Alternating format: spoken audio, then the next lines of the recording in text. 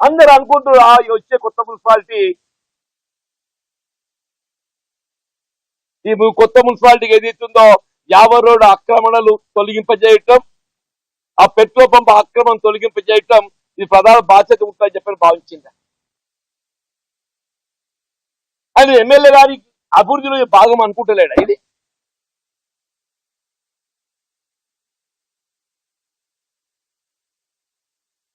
నూకబెల్లి ఇంతవరకు ఏదైతుందో అక్కడ 2 వార్డ్స్ ఏర్పాటు చేసి షిఫ్ట్ చేయాలని చెప్పానంటే, మొన్న మున్సిపల్ ఎన్నికలు ఏదైతుందో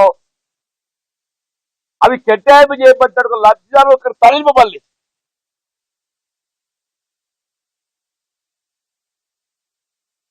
ఇవరు కూడా పేపర్లో గమనించింది. ఎవరికైతే కేటాయింపు చేపట్టాడు లబ్ధిదారులు మరి కేటాయింపు చేపట్టినటువంటి గృహాలలో నివాసితం లేకుంటుంటే క్యాన్సిల్ చేయబడతాయని చెప్పారు. ఏమిటి నాకు తెలుస్తుంది చెప్పండి. ఆ డంపింగ్ యార్డ్ అది కాల్తూనే ఉంటాయి. డంపింగ్ యార్డ్ సమస్యల గురించి మాట్లాడితే చెప్పండి. డంపింగ్ యార్డ్ ఇది పాపం హార్ట్ ఆఫ్ ది కాలనీలో కాల్తూనే ఉంటుంది. అది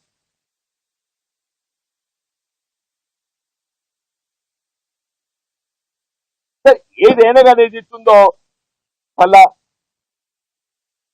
వాస్తవానికి అనుగుణంగా రాజ్యాంగబద్ధంగా మాట్లాడాలని అంటూ రాజ్యాంగబద్ధంగా నేనైనా మీరైనా ఎవరైనా చెప్పండి.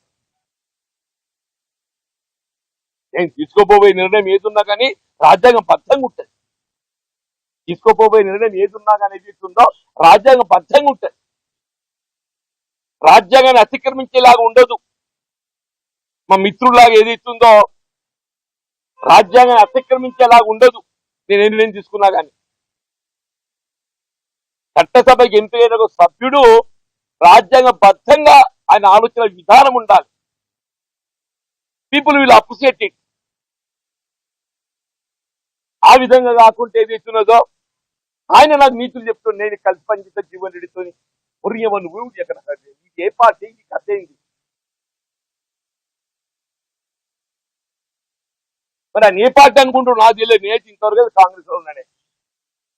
ఇంతవరకు అయితే కాంగ్రెస్ లో ఉండాలని కూడా కోరుకుంటున్నా. మరి బంధం దేవుడు ఎవరేం చేయాలి? బంధం దేవుడు ఎవరేం చేయాలి అంటున్నా.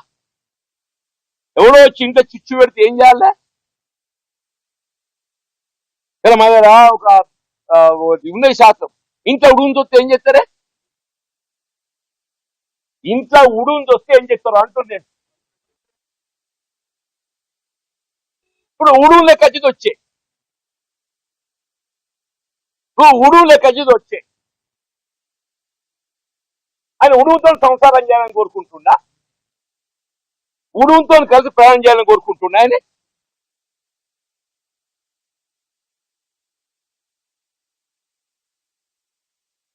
నిన్నటి వరకు ఏదైతుందో మొత్తం రాష్ట్రానికి ఆదర్శంగా ఉన్న నియోజకవర్గం జగిత్యాల ఉమ్మడి ఆంధ్రప్రదేశ్ రాష్ట్రంలో రాష్ట్రానికి ఆదర్శం.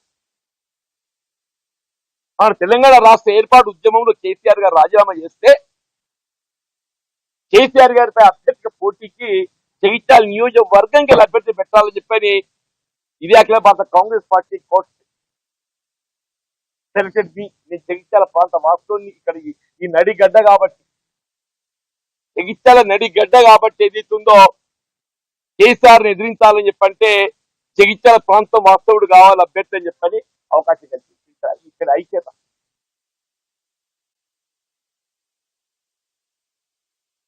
ఇవాళ 1996 బై ఎలక్షన్ నేను అనుకుంటా, నాకు తెలిసి మిత్రుడు గూగుల్లో పోతే తెలుస్తుంది. ఉప ఎన్నికల్లో అపోజిషన్ అభ్యర్థికి 74% ఓట్ వచ్చింది. I don't think anywhere else.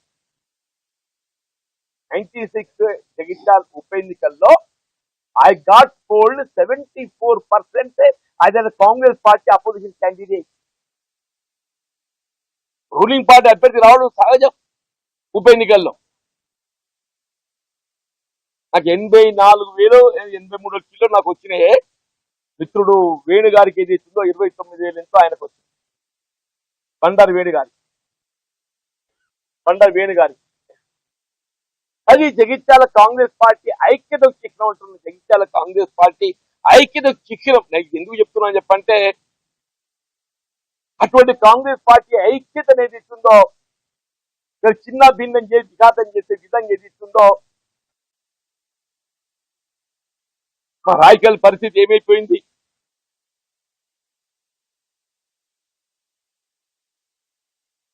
అది ఆలోచన లేదు. చేసి ఏదైతున్నదో ఇప్పుడు ఎవరి బాధ్యత వాళ్ళు నిర్వర్తించాలి. ప్రజలు ఎవరికి ఏ బాధ్యత అప్పగిస్తే ఆ బాధ్యత నిర్వర్తించాలి. ప్రజలకు ఎవరికి ఏ బాధ్యత అప్పగిస్తే ఆ బాధ్యత నిర్వర్తించాలి. 2014లో నాకు ప్రతిపక్ష శాసనసభ్యుడిగా హోదా కల్పించింది. ఇవాళ అభివృద్ధి అనేది డెమోక్రటిక్ రైట్, అయితే ప్రజాస్వామ్య హక్కు అని చెప్పంటున్నా. అభివృద్ధి రాజ్యాంగం కల్పించిన హక్కు.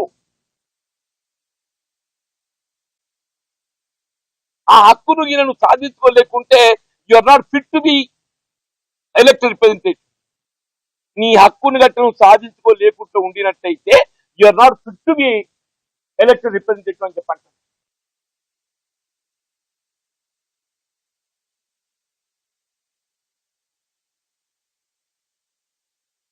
డెవలప్మెంట్ ఇది ఒక పౌర హక్కు. ఇది పౌర హక్కు. ఆ హక్కును నువ్వు సాధించుకోలేక నువ్వు వక్ర మార్గాన పోతే ప్రజలు హర్షించరు.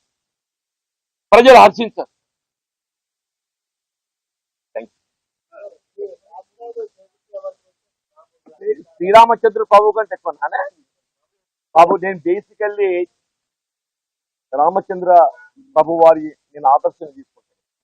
రాబోయే శ్రీరామనవమి కాబట్టి ఏదో వారిని ఆదర్శంగా తీసుకొని వారి ఆ రాముల వారి దాన్ని కూడా మీరు ఏదో రకంగా అక్కడ చూడ డౌట్ ఎందుకు వస్తే అక్కడ కనబడతలేదా 6 గ్యారంటీస్? అక్కడ కనబడుతున్నాయి చూడండి అన్న 6 గ్యారంటీస్. అక్కడ చూడండి అన్న, అక్కడ ఉందా లేదా 6 గ్యారంటీస్ ఉన్నాయా లేవా? స్టిల్ ఐ మీన్ కాంగ్రెస్ వదిలినాడు ఏదైతుందో న్యాచురల్లీ ఎవరి అన్ని మారాల్సి వస్తుంది. దానికి ఆలోచన ఏముంటుంది, భిన్నాభిప్రాయం ఉంటుంది.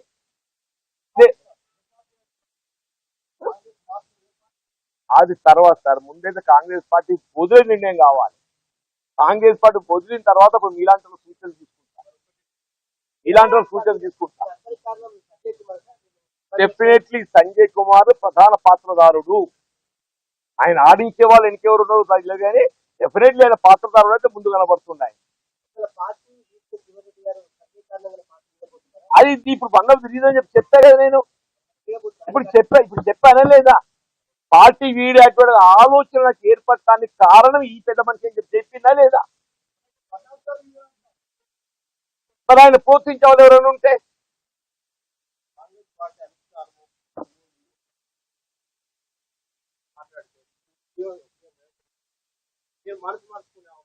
ఒకటే, ఈ సమస్యకు పరిష్కారం ఉందని మీరు భావిస్తున్నారా?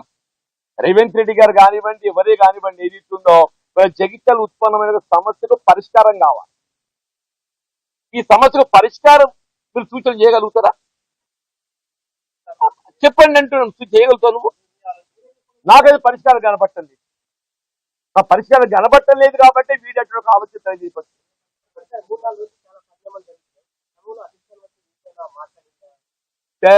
నాకు మిత్రులు ఉన్నారు కాంగ్రెస్ పార్టీలో, మాట్లాడేటోళ్ళు మాట్లాడుతున్నారు. నా స్పందన నేను చెప్తున్నా, వాళ్ళ వాళ్ళు క్యాడర్ల సలహాలు సూచనలు నేను పరిగణలోకి తీసుకుంటున్నా. క్యాడర్ ఆలోచన సూచనలు పరిగణలోకి తీసుకుంటున్నా. అట్ ది సేమ్ టైం ఇవాళ రాజకీయాలు అనేది ఏదైతుందో ప్రజాసేవలో ప్రధానమైంది గౌరవం. ఆ గౌరవమే నేను పొందలేనప్పుడు ఏదైతుందో ఆ గౌరవం అనేది ప్రధానం కదా ఇవాళ ప్రజాసేవలో. ఆ గౌరవం పొందలేనప్పుడు ఏదైతుందో వీళ్ళ అభిమానాన్ని చంపుకొని కొనసాగడం సాధ్యమేనా?